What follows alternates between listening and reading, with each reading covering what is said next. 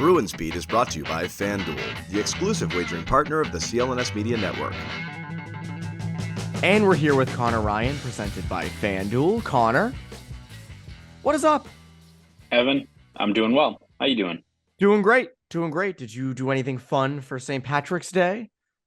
Evan, I battened down the hatches. I'm not trying to be a curmudgeon, but there's only so many times I can see someone yak on the sidewalk or try to pee in the alleyway next to my house before I've been a bit disillusioned with the St. Patrick's Day parade. So no, it was very much a batten down the hatches kind of day. So I did not partake too much in the festivities. It's only so much I can take, Evan. Yeah, and you grew up there in Southeast, so you've had your fair share of those parades. I was working Sunday. I was at the Garden all day. Conor, I think I might have set a record for how long I was at the Garden. I got there at 8:30 a.m., left at 11 p.m. So Well, I am humble brag. Humble brag, but it was not because it wasn't like, oh, I was grinding so hard. It was 6 games in a row. It was not a crazy job, but it was a long day, very long day at the Garden. But then my friends and I did some stuff on Friday night. So There you go. Works out perfectly. St. Patrick's Day. It was actually on St. Patrick's Day too. So there you go. That's the more fitting one. Like I view the parade. It's kind of like when you go to like Bourbon Street in New Orleans for the first time, and like in print, like you get pitched it, and it's like, all right, like it's food's great, like it's like a cool atmosphere to walk around. Like that's what the St. Patrick's Day parade should be. And then like what happens? You go down Bourbon Street, and a guy from like Terre Haute, like Indiana, who's never seen like a 2-foot like frozen log in his life, is hammered and punches you in the face. Like that's what it is. It's like it's something that should be nice, and it just gets ruined by some jabronis. Like, that's the problem. As usual, humans ruining things. It's a common trend. But you know what's not ruined, Conor? What's that? Contrary to popular belief, the Bruins are still very good. They are not ruined. They are not ruined. Conor, so many people were freaking out last week, the week before. The thoughts start to creep in. What if they're about to hit a big slide? What if this is all going to come crashing down? The turnovers and this and that and different complaints. And they rattle off 3 straight wins. 3-0 win against Winnipeg. 5-2 win against Minnesota. 7-0 over Buffalo, who is fighting for a wild card spot. I think they're okay, Conor. I think they're okay. Yeah, I think they're fine. Yeah, as you said, like when we talked about this little lull they were in before, and of course, like losing to a team like Chicago ain't great. But I think we never thought that. We never said that loss was like good or anything. It was a terrible loss, but does not mean to sound the alarm. Yeah, I think the most important thing was just making sure their details weren't slipping. And as you've seen over those last couple of games, even like that home win over the Red Wings, like wasn't really encouraging, right? Like they kind of just had they strung together like 10, 15 good minutes of good hockey, and that kind of was enough to get past a team like Detroit. But really hadn't had a dominant performance in a while. And then to go back out there and beat, 2 pretty good teams or pretty solid teams in the Jets and the Wild were on a hot streak. And then if the Bruins were flat on Sunday against the Sabres, I think you would have understood in terms of, back-to-back, second leg. Seemed like the Sabres, who are falling out of playoff positioning, but still like they're in the mix. That could have been a really good statement game, a really opportunistic game for them. I mean, Bruins took advantage of like that Sabres team. Christ, like that was an embarrassing performance from them, like in their own building. But again, all the credit to the Bruins. It'd be one thing if they had a nice professional win, 3-1, 4-1, something like that. Smoked them, not even that, but beating Winnipeg in that manner. And there was still some pockets of their game that was up and down against Winnipeg, but to then build off of that, have a very strong performance against the Wild. Had a little bit of assist from their video team who got the first puck from that game. But when you look at just what went right over that stretch in terms of the Bergeron line getting hot again, you have the Coyle line who has continued to look really, really good as of late. Defensemen step up. Even again, it's a testament to I think the depth on the Bruins that Jakub Zboril has barely been in a game the last couple of months. Goes in there against the Sabres, I think, and had a great setup on Hathaway's goal. It was really poised all day. So again, that's going to be important over this final stretch where you are going to start resting more and more guys. You need the guys like Zboril and Lauko to step up, and they pulled on that same rope over this whole couple of games. And they also did it yesterday or on Sunday against the Sabres. No Krejci, no Orlov. And Tyler Bertuzzi is another one, setting guys up for high danger chances. He's been very good at that. One of these days, Conor, he will score a goal. One of these days, the goal will count. We'll see. No one has come close so many times and not scored than Tyler Bertuzzi. But one of these days, the puck will go in. But as you said, I mean, again, the way in which they won those 3 games and everything coming together again, they're okay. They're okay. And, you even look on defense, and that's starting to sort of, come together again. 2 goals over the last 3 games. Not horrible, Conor. That's not bad. That's not bad. So I think it's, again, it's 3 games. It's the end of a road trip, which, as you said, is an easy time to maybe have a letdown. They kind of had a letdown at the beginning of the road trip. But again, I don't see this, I see them continuing their winning ways. I don't see them falling off in any sort of way. What do you think? Yeah, no, I mean, again, I think it's to be expected a little bit of regression over the final couple of weeks in terms of just resting guy and what have you. Like, it's not going to be every game where you take out a guy like Krejci and the Coyle line goes off, the Bergeron line is good for 2-3 goals. Again, they have the depth that it really hasn't been an issue this year, but there'll be games along the way where I think you'll see more lulls or this team prioritizing health and getting their game right as opposed to going all out 60-minute effort, which again, this team has more important things to worry about than chasing like regular season records or the point pace they're on and all that stuff. I think the most important thing is just making sure, like, even if they didn't smoke these last 3 teams they played, I think for Bruins fans, the most important thing is 1, health, 2, making sure like there's like the hallmarks of their game, the kind of the foundations of their success weren't straying. It's not like they're winning games, but they're all in shootouts like they were, a few years ago, where it's like, all right, like, the Yes. secondary scoring is here, but when you look at, what carries you through multiple 7-game playoff series, it's usually stingy defense. So the fact that defense is still operating at a high level, you want to keep that going. Health, as I said, and I think how they perform in some of these bigger matchups, like they don't really have a intense schedule in terms of like marquee opponents. Like they have a lot of games, but other than you look at this upcoming weekend, Tampa, Carolina, they play Toronto later in the year, New Jersey. Other than that, like those are the ones you probably pay more close attention to in terms of like, all right, it's almost like I think Ty Anderson even mentioned a few days ago, like they lose to Chicago, not great. But like, let's see how they do against a team like Winnipeg that's desperate, a team that's in the picture like Minnesota. If they're flat against those teams, okay, it's not good. Like, you want to kind of snap out of that. For them to respond in the manner that they did against teams that you could see down the road, that's encouraging. So if they're able to, even if it's more up and down over the next couple of weeks, if they answer up against a team like Carolina or Tampa Bay, that shows you that I think they're still on course. Like, I don't think even if they drop a few more games, then no one should be hitting the panic button by any means. I also don't think if they lose those games against Tampa and Carolina, unless they get blown out and everything just goes to hell, I'm still not going to sit here and press the panic button. I don't think. I think, again, as I said, unless there's crazy circumstances, injuries, things like that, I don't think I'll be hitting the panic button. They've done enough this year to win me over and convince me that they're going to have a deep run. I want to get into the goaltending in a second, because that continues to improve from an even high point that it was at, throughout the first half of the season. But before we do that, our good friends over at FanDuel, Massachusetts, listen up.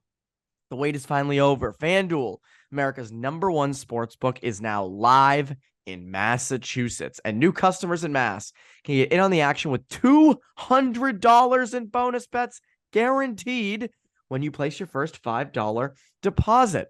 Just sign up at FanDuel.com/Boston. First $5 bet. When you place your first $5 bet, $200 in bonus bets. Again, sign up at FanDuel.com/Boston. Finally, you can bet on all your favorite sports, from the money line to point spreads to player props and more. You want to bet on the over-under of David Pastrnak goals this season, which is at 57.5 right now? Go for it. How about betting on the Hart Trophy winner, where David Pastrnak is currently second to Connor McDavid at plus 3,100, or the Vezina, where Linus Ullmark, which we'll get to in a second, has the best odds at minus 700. I must say, Connor, the Norris Trophy odds continue to fascinate me. Jack Edwards might not love the Norris Trophy odds right now on FanDuel. So you've got to go to make sure to check all of those out. Bet now on an app that's safe, secure, and super easy to use.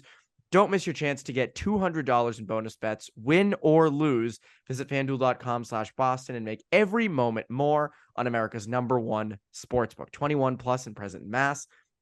First online real money wager only. $10 first deposit required. Bonus issued as non-withdrawable bonus bets that expires in 14 days. Restrictions apply. See terms at sportsbook.fanduel.com. Gambling problem? Hope is here. Gambling helpline ma.org or call 800-327-5050 for 24/7 support.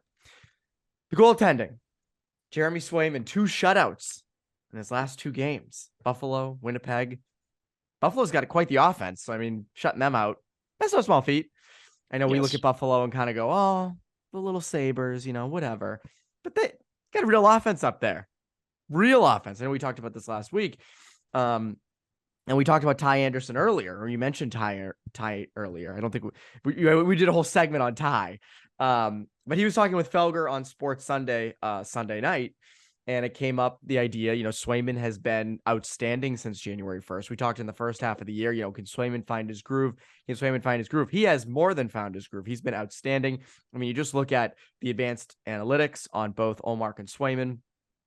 Both of them are top 5 in almost every good category. The high danger save percentage, high danger goals against average, things like that. They are outstanding, near the top of the league.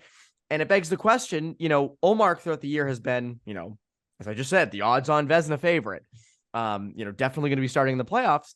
But is Swayman kind of making a push right here to contend for some starts in the playoffs? Yeah, I mean, I think he's making a push. I think, as you said, the keys, I think, to the car are still going to Ullmark to open the playoff run. But again, we'll see how it is over these next couple of weeks, right? Like, again, you don't want to put too much into this, like the dog days of the regular season. But that being said, it kind of is how the Bruins approached it last year, where I think Swayman had a good run where he was kind of the de facto number 1. And then as the year kind of went on, he started tapering off a little bit.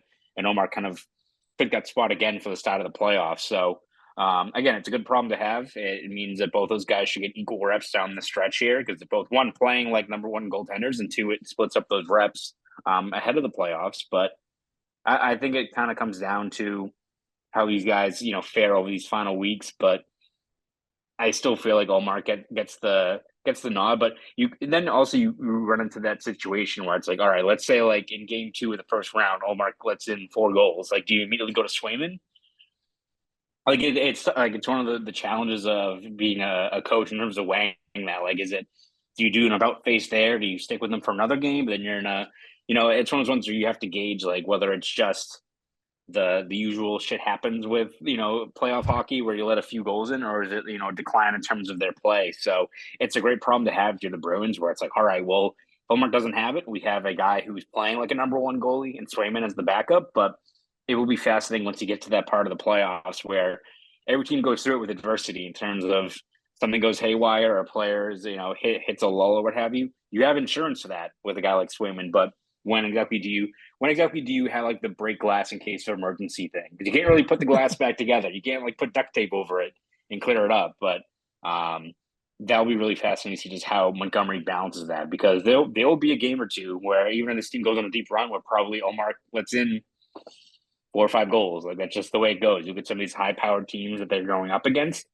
It happens. But, when they get to that road, what Montgomery does, whether it's just Swayman for a game, whether you stick with Ullmark, it's going to be fascinating to see how he approaches that.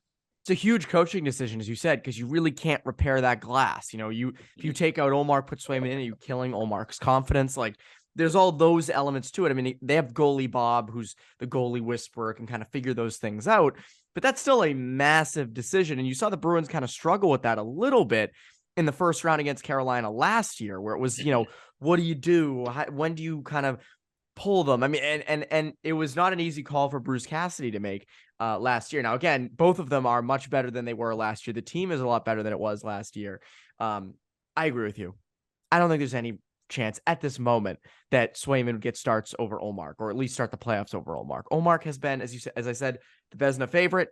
He has carried them through stretches of the year, won them games, been outstanding. That's who I'm riding. I mean, that's who I'm going with. Now, as you said, though, is there more pressure because Ullmark knows if he has a bad game in a game 2 or a game 3 of a series, Well, you can just put Swayman in and suddenly he can go on a run. So like, does it put the more pressure on? I don't know. I mean, they both experienced it last year. It didn't really work out, but I just look at the body of work throughout the entire year. I have a really tough time arguing for Swayman over Ullmark at this moment.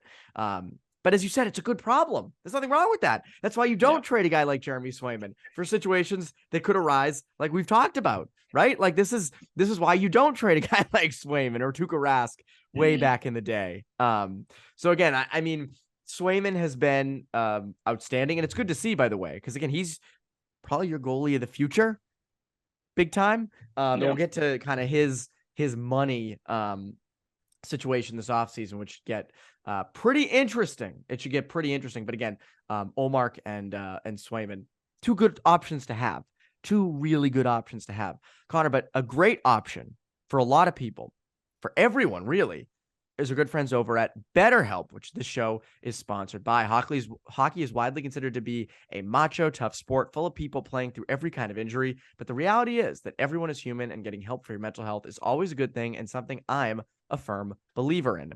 Therapy is a powerful way to become in touch with your emotions and become the best version of yourself. Why wouldn't you want to be the best version of you?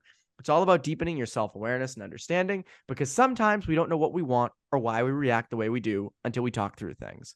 If you're thinking of starting therapy, give BetterHelp a try. It's entirely online, designed to be convenient, flexible, and suited to your schedule. Just fill out a brief questionnaire to get matched with a licensed therapist and switch therapists anytime for no additional charge. Visit BetterHelp.com/Bruins today to get 10% off your first month. That's BetterHelp, HELP.com/Bruins. So an interesting thing I saw Fleur Shinzawa write about this past weekend is a question I think we will be doing a lot with come the end of the season, whenever that might be. Hopefully it's, middle of June, because I really hope we're not doing off-season stuff in April and May. That would be not so great. And I think people, especially April, April, something it'll be tough, horrifically wrong. So something would be horrible. Something would be very amiss if we were talking off-season stuff in late April. But I think it'll be a sad boy summer for many people on the pod, if that's the case. But anyway, I digress. The listenership, yes. Right, that time, if that were the case. And he wrote an interesting thing about, will the Bruins be able to re-sign any of Dmitry Orlov, Tyler Bertuzzi, or Garnet Hathaway? And it's an interesting question because, all of them are raising their values. They're all different cases. Bertuzzi's a top six wing looking to kind of cash in. Hathaway is a, fourth line grinder type guy, maybe try to find some stability somewhere. And Dmitry Orlov is looking for a payday as a defenseman, as a very good potential top pairing defenseman. And the Bruins really, they are pretty good at re-signing guys that they get at the deadline. Mike Riley, Taylor Hall, Charlie Coyle, Hampus Lindholm. Like there's a bunch there, but I think the Bruins would love to keep all three in a perfect world. But the cap isn't really going to allow for that next year. And you have a lot of moving parts. You have a fair amount of free agents. You have RFAs and Trent Frederick and Jeremy Swayman. You have, the cap didn't move up as much as you thought it would. You have overage charges from Bergeron and Krejci potentially. I don't know the exact the finances on that, but you have that as well. There's a lot of moving parts. And, can you really bring, I think in a perfect world, the Bruins would love to bring back Orlov, but he's going to be very expensive. Same with Bertuzzi. You have a lot of left wings. Hathaway's a fourth liner. Is there a chance they don't bring any of these three back? I mean, I think there's a chance none of them come back. Because I think when you look at it, yes, the Bruins, I think, would like to have all three of them back in the perfect world. But if that's the case for any one of them to, I think, come back, I think there's going to have to be concessions on both sides. But especially, I think, on the viewpoint of the players, like whether it's Orlov and I think, they said before he got traded from the Capitals, he turned down, I think, a 6-year deal. Like, I don't think he's getting 6 years here. I don't think he's getting 6.5. I don't think he's getting like the Lindholm annual payout for what he brings. And again, he probably could get that on the market. Like, I could see someone like the Kraken giving him 6 and 6 or what have you. The same with Bertuzzi. Like, he's a guy that could, I think, easily make 5.5, maybe 6 if he has a really good playoff run. So I don't see them coming back if that's the payout. Again, it's one of those ones where if you convince them to be part of this next kind of wave, that you want security, you want to still be a contending team, which, again, I think you look at it like, say, a guy like Orlov, right? yes, we've talked about this before. If Bergeron and Krejci aren't back, you have that huge hole down the middle. But you look at the way this rest of this team is structured with Swayman and Ullmark, with a decor that has Lindholm and McAvoy, Carlo and Orlov, and you still have talent on the wings. Like, your team's still going to be good. Like, the team will be in the playoffs next year. Hell, they might be like still a top 5 team in the East, if not higher. Like, that team is still going to be very good. Like, I think people have to be cognizant of that. So, like, there is still enough of a pitch here in terms of being part of this team and this culture, even if you're missing 2 key guys in Krejci and Bergeron. But to have them back, it still has to, I think, be some concessions made on the point of the player, especially a guy like Bertuzzi. Like, that's a guy that you would feel like would be probably at the top of the list in terms of just like his age, plus where you could kind of use him. If he was a center, it would help a lot more. But like, I think probably it's like Bertuzzi, Orlov, and then probably Hathaway here. Like, they'd take all of them back, obviously. But I think if you're the players, you're weighing a bigger payout elsewhere as opposed to maybe a chance to,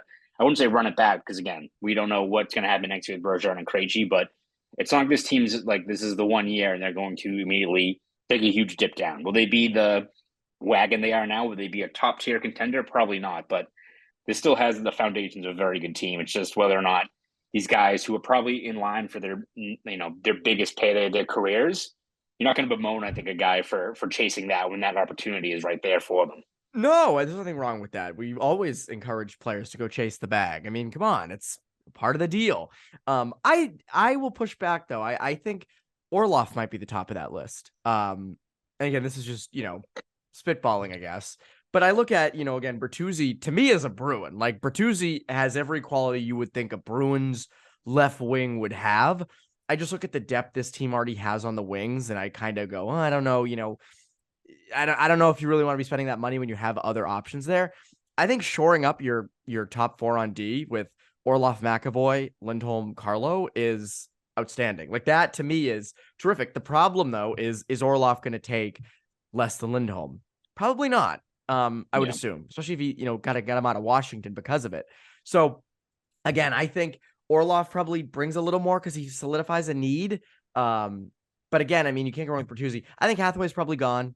I think that's, definitely gone. Most likely he's going to get, money elsewhere. Unless something drastic happens or something like that. But I look at him as kind of like a Nola Chari in that, like, get it elsewhere. They can refill that internally. Again, a guy you want on your team. That's the problem. Like, all 3 of these guys are guys you want on your team. And the good thing is, by the way, Bruins fans, friends, listeners, they currently have them. We're talking, off season. Yes. Isn't that crazy? I'm getting ahead of everybody. We're getting ahead of ourselves a little bit, but it's a big conversation and they're all playing well.